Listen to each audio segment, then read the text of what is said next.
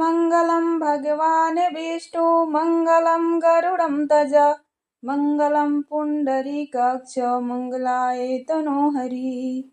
जय श्री कृष्णा।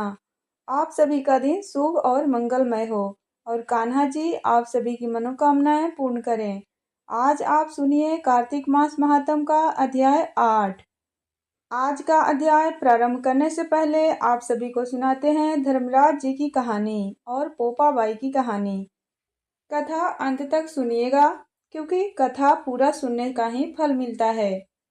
और यदि वीडियो पसंद आए तो लाइक कीजिएगा और चैनल को सब्सक्राइब कीजिएगा।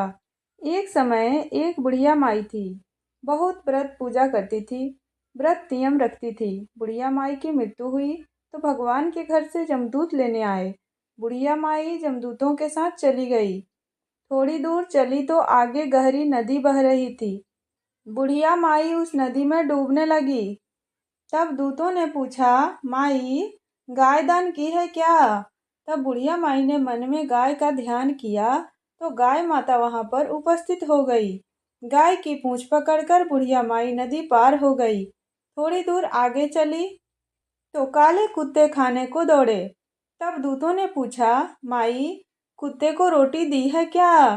तब बुढ़िया माई ने कुत्ते का ध्यान किया तो कुत्ते वहां से चले गए। थोड़ी दूर आगे चली तो काले कौवे बुढ़िया माई को चोंच मारने लगे। तब दूत बोले कि ब्राह्मण की बेटी को सिर में तेल लगाने को दिया है क्या? तो बुढ़िया माई ने ब्राह्मण की बेटी को याद किया। तब कौवों ने चोंच मारना बंद कर दिया। अब आगे चली तो पैरों में कांटे चुभने लगे। तब दूतों ने कहा, हे माई तूने कभी चप्पल दान की है? तब जब बुढ़िया माई ने अपना दान याद किया तो उसके पैरों में चप्पल आ गई। थोड़ी दूर आगे चली तो चित्रगुप्त जी ने दूतों से कहा कि तुम किसे ले आए हो? तब वे बोले कि बुढ़िया माई ने दान पुण्य तो बहुत किया पर धर्मराज जी का कुछ भी नहीं किया, इसलिए आगे के द्वार बंद है। तब बुढ़िया माई कहने लगी कि अब क्या करूं? मुझे 7 दिनों के लिए वापस धरती पर भेज दो। 7 दिन तक धर्मराज जी की कहानी सुनूंगी और उद्यापन करने के बाद वापस आ जाऊंगी। तब चित्रगुप्त जी ने बुढ़िया माई को वापस धरती पर भेज दिया।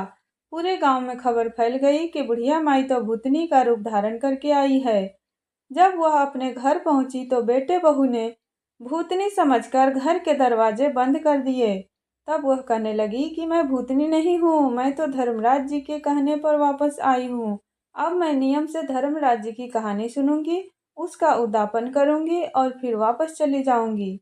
उसकी बात सुनकर बेटे ने उद्यापन की पूजा की सारी सामग्री उसे लाकर दे दी।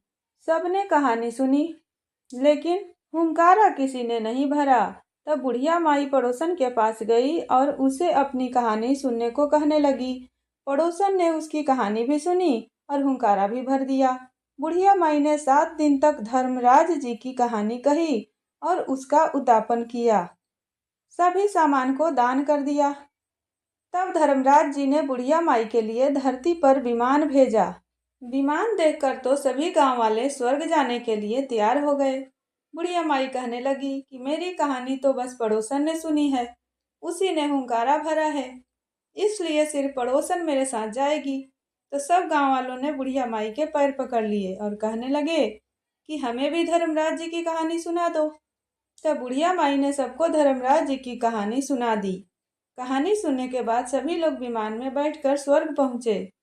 तब धर्मराज जी कहने लगे कि मैंने तो सिर्फ बुढ़िया माई के लिए विमान भेजा था, यहाँ सारे गांव वाले क्यों आ गए?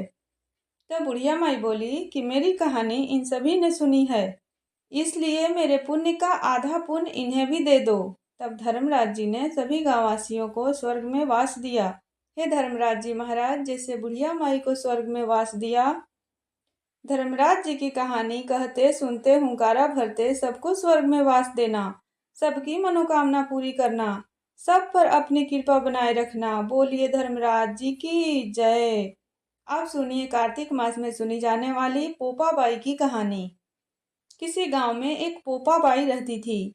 नियम व्रत बहुत करती थी, बहुत दान पुण्य करती थी। एक दिन अपने भाई भाभी से वह कहने लगी कि मैं कभी शादी नहीं करूंगी, मेरी झोपड़ी गांव के बाहर बनवा दो। और गांव की स्त्रियों से कहने लगी कि आप अपनी गैया और बछड़ी मेरे यहाँ चरने को भेज दिया करो। बचा खुचा भोजन मुझे भेज दिया करो। एक दिन की बात है, नगर का राजा शिकार खेलने जंगल में गया। जंगल में झोपड़ी देखकर वहीं पर रुक गया। सोचने लगा कि इस झोपड़ी में इतने घने जंगल में कौन रहता है। उसने झोपड़ी का दरवाजा खटखटाया। अंदर से कोई आवाज नहीं आई, तो वह बार बार दरवाजा खटखटाने लगा। तब अंदर से पोपाबाई ने पूछा कि कौन है जो मेरे द्वार पर आवाज दे रहा है। तब राजा ने कहा कि मैं इस नगर का राजा हूँ। तब वह कहने लगी कि चले जाओ, मैं किसी पराये पुरुष का मुंह नहीं देखती। तब वह बोला कि नहीं, दरवाजा खोल, मैं तो तेरे साथ विवाह करूंगा। तब पोपाबाई ने कहा कि जहाँ से आए हो वहीं चले जाओ। मैंने कहा ना, मैं पराये पुरुष का मुंह भी नहीं देखती। तब राजा जबरदस्ती पोपाबाई को उठाकर ले जाने लगा। रास्ते में पोपाबाई ने राजा को शाप दे दिया कि उसका सारा राजपाट नष्ट हो जाए। जब वो अपने नगर में पहुंचा, तब उसने देखा कि उसका सारा राज्य नष्ट हो पड़ा है। तो रानियां कहने लगी कि इसको आप जहां से लाए हो वहीं वापस छोड़ाओ। जब राजा पोपाबाई को छोड़ने जाने लगा, तब रास्ते में पाप की नदी आई। राजा उस पाप की नदी में डूब गया। पोपाबाई धर्मराज जी के पास पहुंची, तो धर्मराज जी ने पोपाबाई को स्वर्ग का राज दे दिया।